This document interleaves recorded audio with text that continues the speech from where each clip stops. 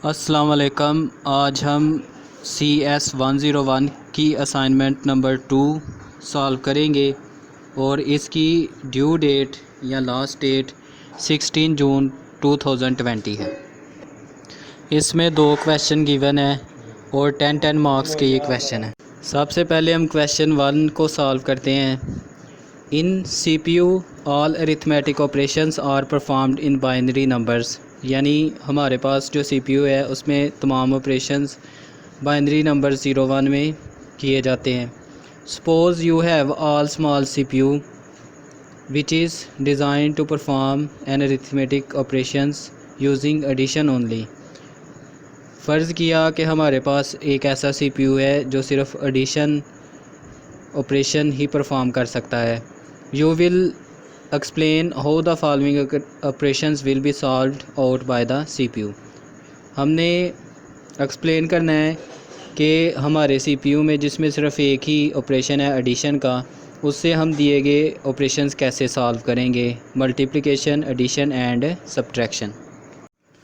इस क्वेश्चन के first part में हमने मल्टीप्लाई 6 विद 2 करना है, तो हमारे CPU में सिर्फ एडिशन ऑपरेशन है। तो सबसे पहले हम 6 की बाइनरी फॉर्म बना लेंगे।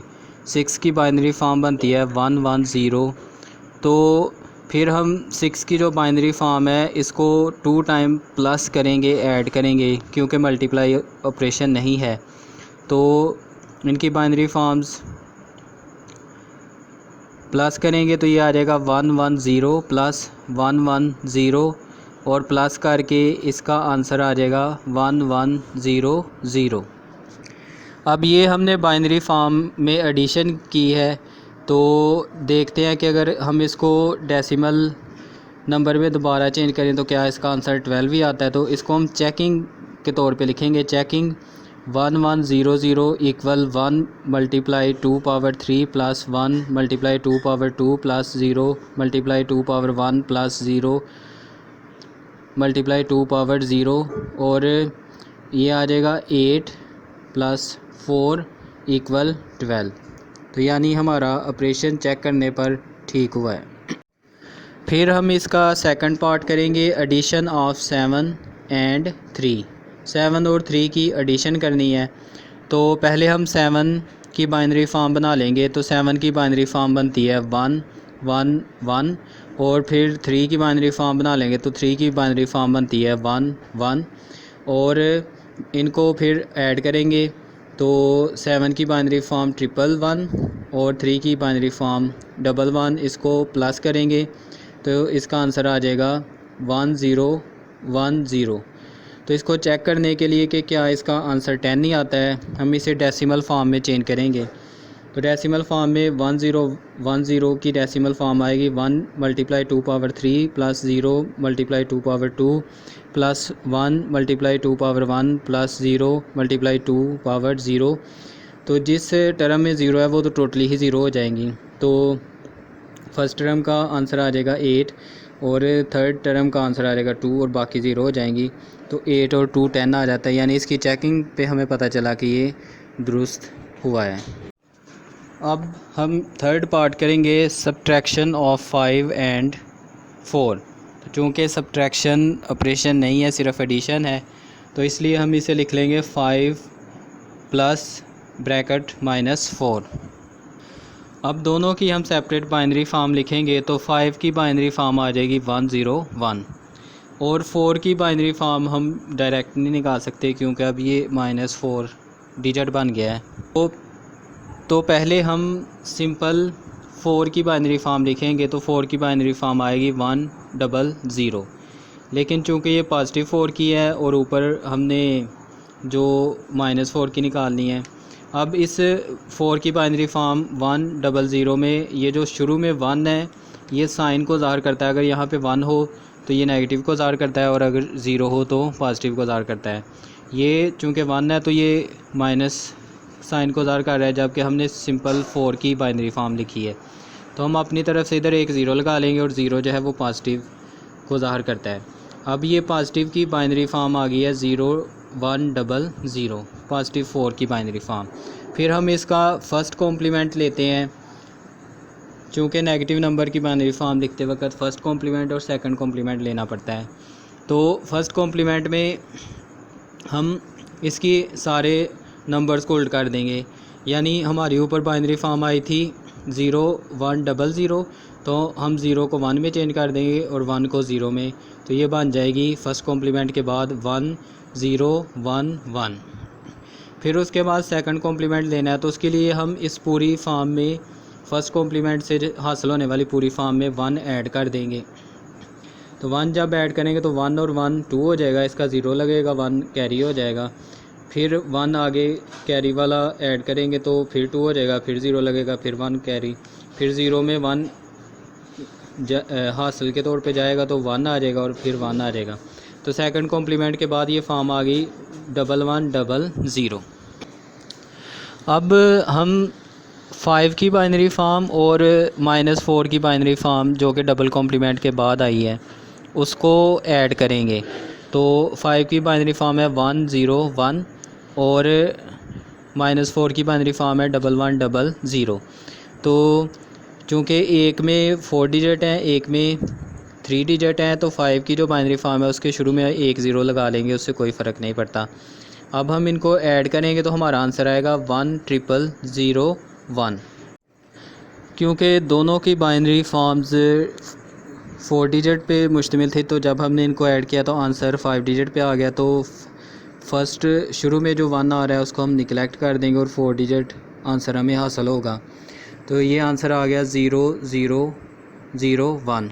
अब हम इसे चेक करेंगे और इसे डेसिमल नंबर में चेंज करेंगे। तो जब डेसिमल नंबर में इसे चेंज करेंगे तो ये आ जाएगा 0 2 power 3 plus 0 plus 2 power 2 plus 0 power 2 plus 2 power 1 plus 1 multiply 2 और 2 पावर 0। तो 3 शुरू वाली टर्म्स तो 0 हो जाएंगी क्योंकि 0 से मल्टीप्लाई हो रही हैं। लास्ट वाली टर्म में 1 और 2 पावर 0 1 हो जाएगा, तो टोटल आंसर आएगा 1। यानी हमारी जो सब्सट्रैक्शन हुई है वो बिल्कुल करेक्ट हुई है। क्वेश्चन 2 में कहा गया है कि हमारे पास एक इमेज है जो 8 बिट में है और ये इमेज बाइनरी फॉर्म में इस तरह दी गई है 0 0 1 1 0 1 1 और you are required to send this image to someone but not in original form, यानी किसी दूसरे को ये इमेज भेजनी है लेकिन ओरिजिनल फॉर्म में नहीं भेजनी। So nobody can extract the feature from the image, so we will perform the following 2 operations. तो हमने 2 ऑपरेशन परफॉर्म करने हैं, पहला मास्किंग और दूसरा इन्वर्जन। मास्किंग में कहा गया है कि you will apply N 8 bit 1 0 1 0 1 0 1 1 masking using and logic operation.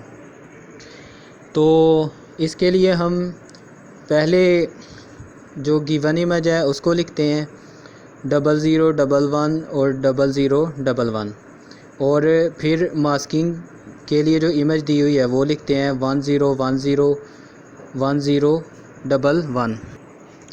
अब हम इन दोनों इमेजेस को एंड ऑपरेशन के हिसाब से लिखेंगे। तो एंड ऑपरेशन वेरी सिंपल है कि अगर दोनों वैल्यूज़ 1 हो तो आंसर 1 आएगा और अगर कोई एक भी 0 हो जाए या दोनों 0 हो जाएं तो फिर आंसर 0 आता है। तो यहाँ पे चूँकि 1 1 है तो 1 आ गया, फिर 1 1 1 आ गया, 0 0 0 आ गया, 0 1 0 आ गया और 1 0 0 आ गया, 1 1 1 आ गया और 0 0 0 आ गया और 0 1 0 आ गया। तो ये मास्किंग हो गई। अब हम इसका सेकंड पार्ट करते हैं, inversion. You will invert the masked image using x और लॉजिक ऑपरेशन। एक्स और लॉजिक ऑपरेशन करके हमने मास्किंग इमेज को इन्वर्ट करना है। तो इसके लिए हम मास्किंग इमेज जो एंड ऑपरेशन से हासिल हुई है पहले उसको लिखेंगे 0 0 1 0 0 1। फिर उसके लिए एक्स और ऑपरेशन के लिए हम लाइन को एम्प्टी छोड़ देते हैं और थर्ड लाइन में जो कि आंसर लाइन है उसमें हम अपनी ओरिजिनल इमेज लिखेंगे जो हमें ऊपर गिवन है 0 0 1 1 0 0 1 1। अब आपको एक्स और ऑपरेशन का पता होना चाहिए। एक्स और ऑपरेशन में अगर दोनों वैल्यूज़ 1 हो जाएं तो भी आंसर ज़ीरो होता है, और अगर दोनों वैल्यूज़ ज़ीरो हो जाएं तो भी आंसर ज़ीरो होता है। कोई एक वैल्यू 1 हो तो फिर 1 आंसर आता है। तो हम चूँकि हमने सेकंड लाइन छोड़ी हुई है तो यहाँ इस लिहाज से लिखेंगे कि जो हमारी थर्ड लाइन में जो वैल्यूज़ है वही आएँ। तो ऊपर 1 है तो नीचे ज़ीरो लिखेंगे ताकि पहला आंसर 1 आए। ऊपर 1 है तो नीचे ज़ीरो लिखेंगे ताकि दूसरा आंसर भी 1 आए। और ऊपर ज़ीरो है और हमारे आंसर में ज़ीरो है तो ऊपर भी ज़ीरो और सेकंड लाइन में भी ज़ीरो होना चाहिए। फिर फर्स्ट लाइन में ज़ीरो और सेकंड लाइन में ज़ीरो। अब चूँकि हमने 1 आंसर लाना है अपनी थर्ड लाइन के हिसाब से, तो ऊपर ज़ीरो है तो नीचे हम 1 लिखेंगे। फिर ऊपर 1 है तो नीचे हम ज़ीरो लिखेंगे ताकि 1 आंसर ही आए। फिर ऊपर ज़ीरो है तो नीचे भी ज़ीरो लिखेंगे ताकि ज़ीरो वैल्यू आए। ऊपर ज़ीरो है तो फिर नीचे भी ज़ीरो, तो ताकि हमारी थर्ड लाइन की वैल्यू ज़ीरो के बराबर आंसर आए। तो ये जो सेकंड लाइन हमने इस तरह सेट की है ताकि जो नीचे हम पहले से ही ओरिजिनल इमेज का वैल्यू लिख चुके हैं उसके हिसाब से वैल्यूज़ आएँ। तो ये सेकंड लाइन एक्स और ऑपरेशन यानी इन्वर्शन को ज़ाहिर करती है।